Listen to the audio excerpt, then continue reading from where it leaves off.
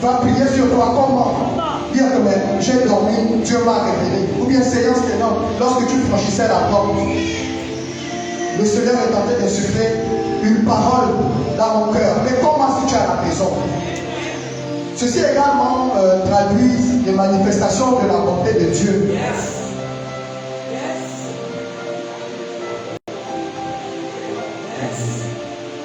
Souvent, nous sommes spectateurs, mais nous ne pouvons pas être spectateurs dans la maison de Dieu. Ce n'est pas possible. Nous ne pouvons pas être spectateurs dans la maison de Dieu. Parce que lorsque quelqu'un cherche la face de Dieu, c'est des moments d'intimité. Il faut d'abord préparer cette flamme, cette intensité, ce désir depuis chez toi. Et lorsque tu arrives ici, il vient simplement se connecter à ce que le Saint-Esprit a disposé pour toi. Je ne me souviens pas que quelqu'un dans cette église a préparé le culte depuis chez lui, dans son intimité avec Dieu. Qu'il arrive, qu'il retourne tel qu'il est venu. Non, c'est pas possible. C'est pas possible. Il y a un travail qui s'est fait dans le secret. Je pense que les chants, très souvent, ont un préculte le samedi, c'est ça, président? Voilà, donc. Mais pourquoi ce préculte? C'est pour préparer l'atmosphère. C'est pour préparer l'atmosphère. Et lorsque l'atmosphère est préparée, vous pouvez être sûr que lorsque vous arrivez, même si l'enfant était malade, mais l'atmosphère étant préparée, le Saint-Esprit fait le dépôt sur l'enfant. Le Saint-Esprit fait la guérison. On n'a pas besoin de déposer les mains, mais la bonté de Dieu est déjà là. La présence de Dieu est déjà là. Le Saint-Esprit est déjà là. Donc je rappelle que ce n'est pas des choses qui, pour moi, ce sont, en fait, c'est une vie de l'esprit, non. C'est des choses que je vis au quotidien dans cette église.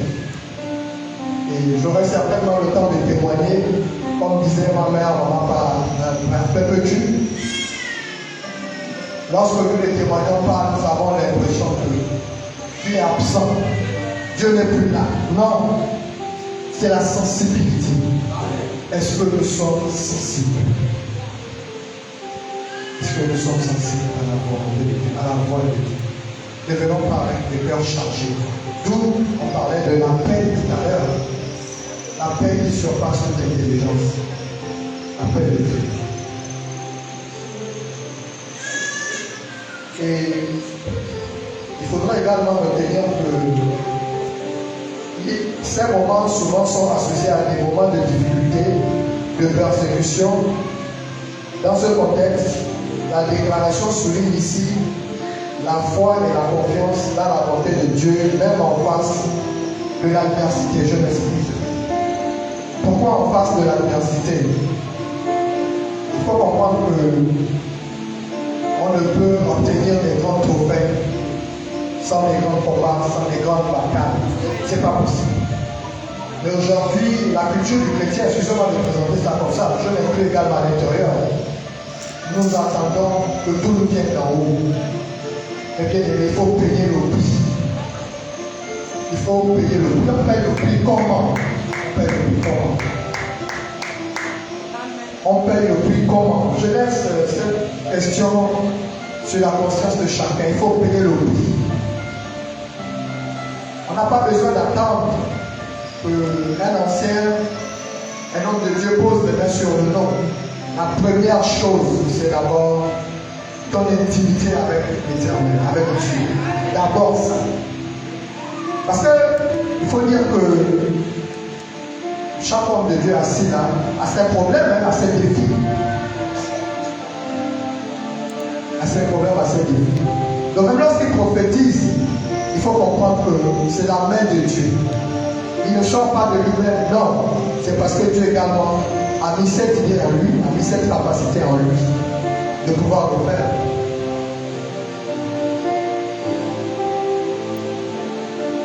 L'homme n'a pas besoin pour lui, mais pour les autres.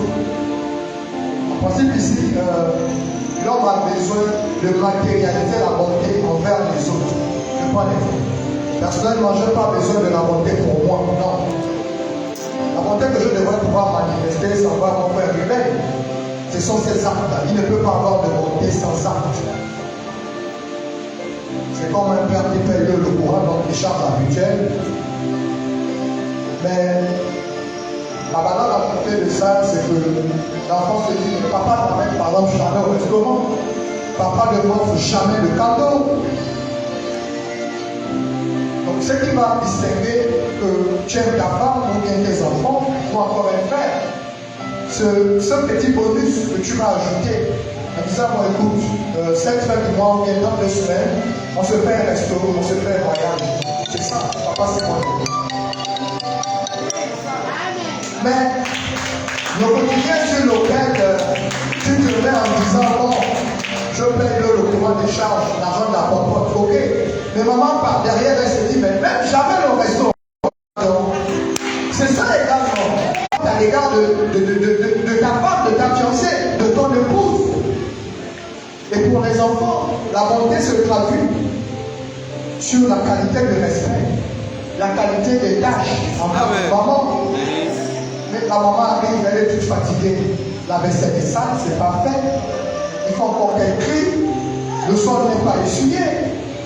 Mais comment veux-tu que le cœur de maman soit bon envers toi pour dire que, bon, voici les glaces, voici les pots de chocolat. Elle ne peut pas parce qu'il faut poser cet acte de bonté où tu viens ouvrir son cœur. C'est ça aussi.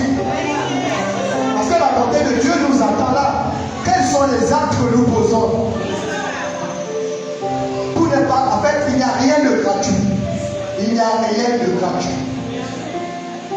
Tu donnes, je donne. C'est un échange. En chimie, on dit rien ne se perd, rien ne s'écrète. Mais c'est une loi divine. Au lycée, moi, je ne comprenais pas lorsqu'on étudiait ça en chimie, je ne comprenais pas. Mais rien ne se perd, rien ne s'écrète. Tout se transforme. Mais tout se transforme. Mais ça se transforme comment? Mais ce sont des énergies. Ce sont des énergies. Donc ces énergies, il faut pouvoir les transformer dans le bien, dans les aspects positifs. Alléluia. Le message est bon pour moi. J'espère qu'on se suit là. Amen.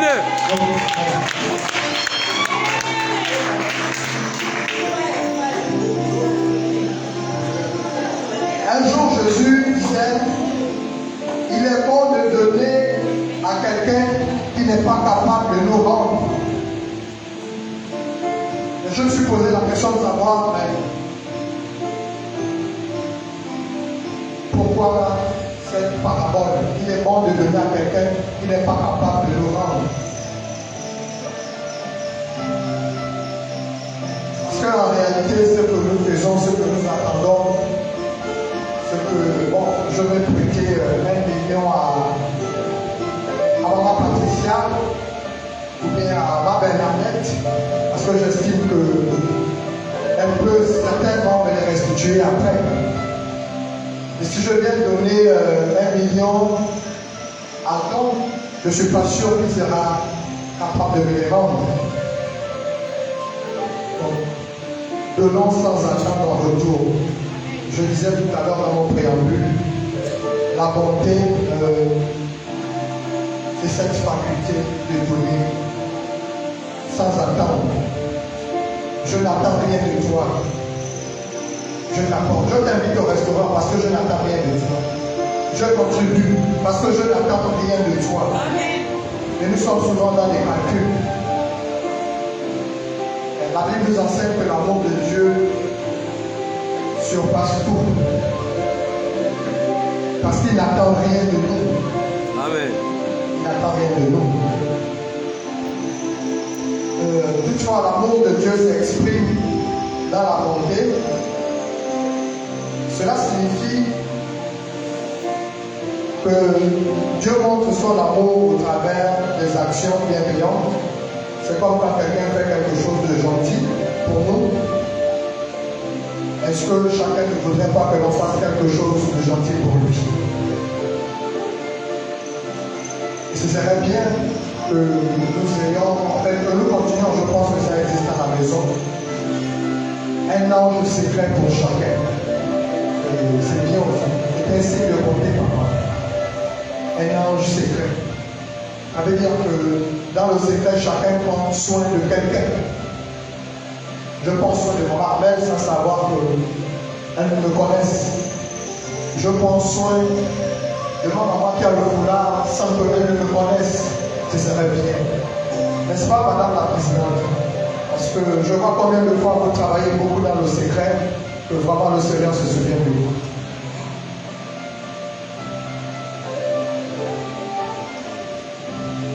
Il est bon de comprendre ceci.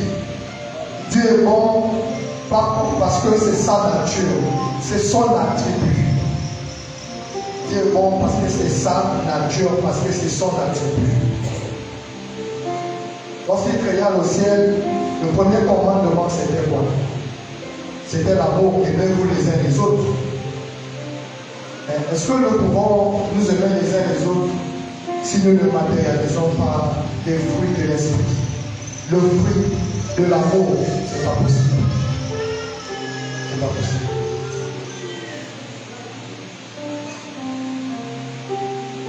Donc, dans ces attributs, il faut toutefois dire que Dieu a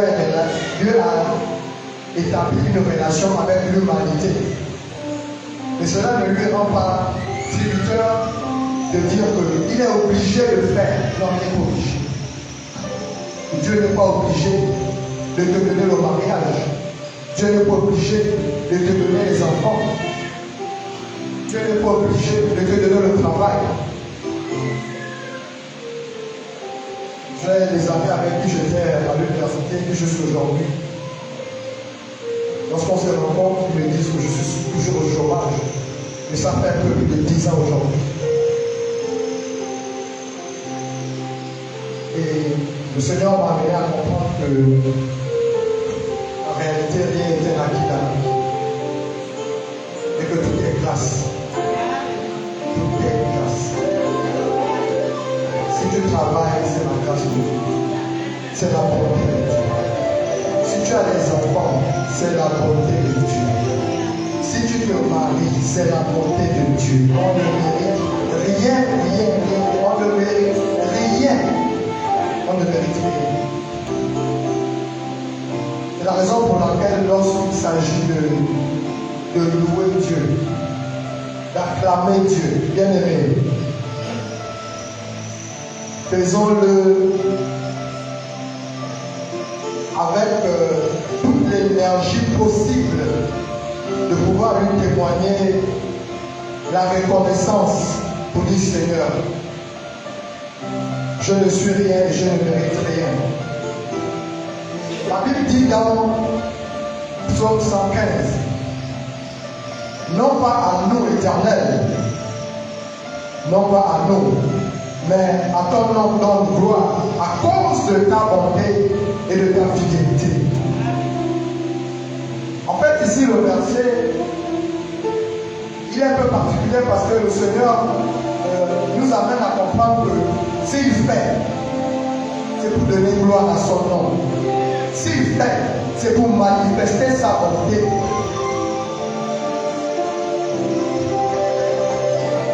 Il y a quelques jours, je voyais,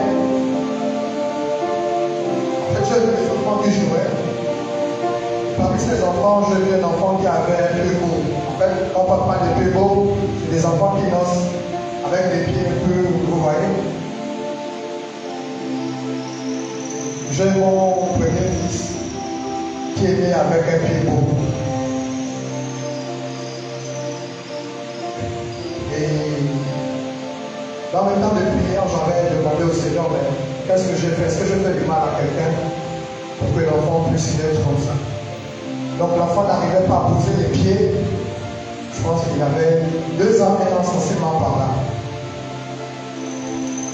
Il m'avait dit, bon écoute, il faut lui avoir beaucoup de lait. Il faut l'amener chez, je ne sais pas comment on appelle les médecins là, les kinés.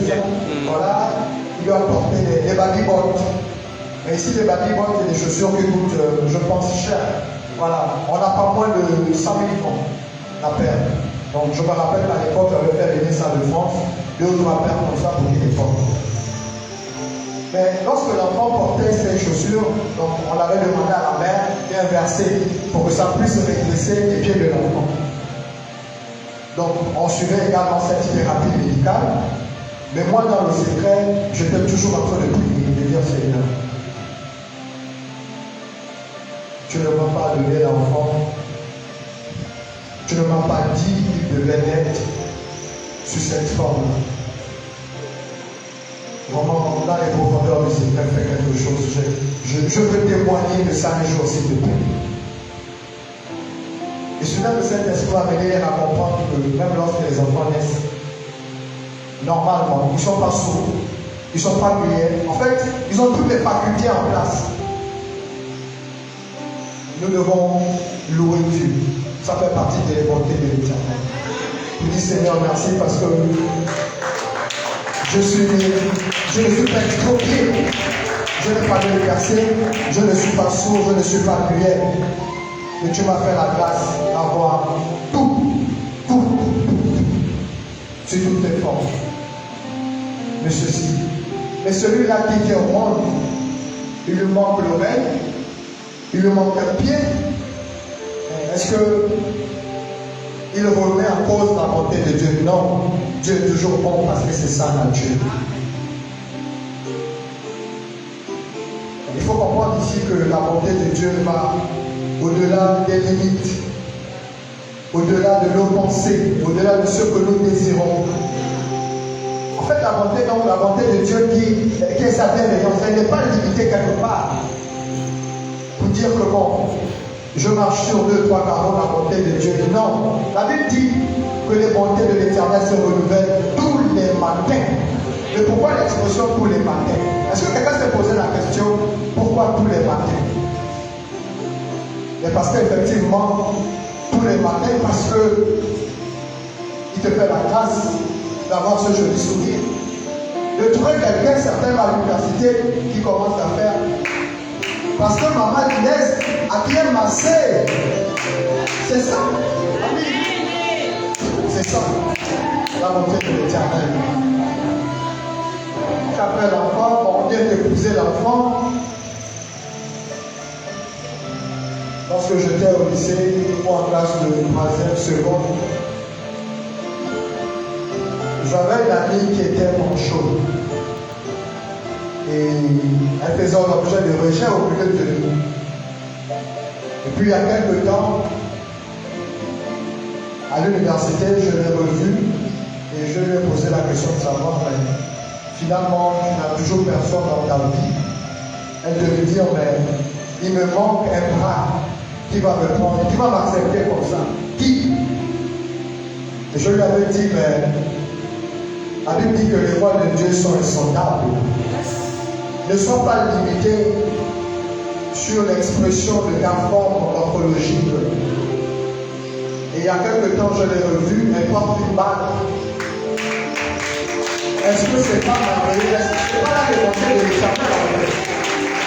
Parce qu'il y a 10 ans, maintenant je crois 15 ans, elle se disait, mais je suis infirme, il me manque un bras. Qui pourra m'épouser comme ça? Qui pourra m'accepter? Aujourd'hui, elle est mariée, elle a des enfants. Et si ce n'est pas la bonté de Dieu, c'est qui? Maman Karine, si ce n'est pas la bonté de Dieu, c'est qui? Dieu seul est capable de faire au-delà de nos attentes, au-delà de nos limites. Ne limitons pas Dieu, ne limitons pas Dieu. Et je rappelle en même temps que la bonté de Dieu ne se vit pas dans le passé. Peut-être que hier, c'était pas bon. Papa, excuse-moi, je cherche le verset qui dit vaut mieux un chien mort ou bien qu'un lion. C'est là qu'elle dit. Je cherche le verset, pasteur Boris. Vaut mieux un lion en femme. Il y a un verset dans ce sens sur la prédication. Ceux qui lisent la Bible, c'est dans Proverbe, je crois. D'accord, c'est pas grave. Mais simplement pour dire que la vie vaut mieux que tout. Je dis bien peut-être que hier c'était pas bon. Mais dans Proverbe, là il dit merci maman. Mais devant en avançant, fais confiance à l'Éternel. La bonté de l'Éternel t'accompagne. La bonté de l'Éternel t'accompagne. La bonté de l'Éternel t'accompagne. Certainement hier tu as pleuré, tu n'as pas compris. Mais autant de fois qu'il est Dieu, autant de fois que sa bonté n'est pas illimitée, il ouvrira une porte pour le futur. Une porte pour le futur. Donc, je le laisse sur cette phrase. La question que nous devons nous poser, est-ce que nous méditons des bonnes choses pour les autres? C'est la synthèse de mon message. C'est ça. Est-ce que nous méditons des bonnes choses pour les autres? Je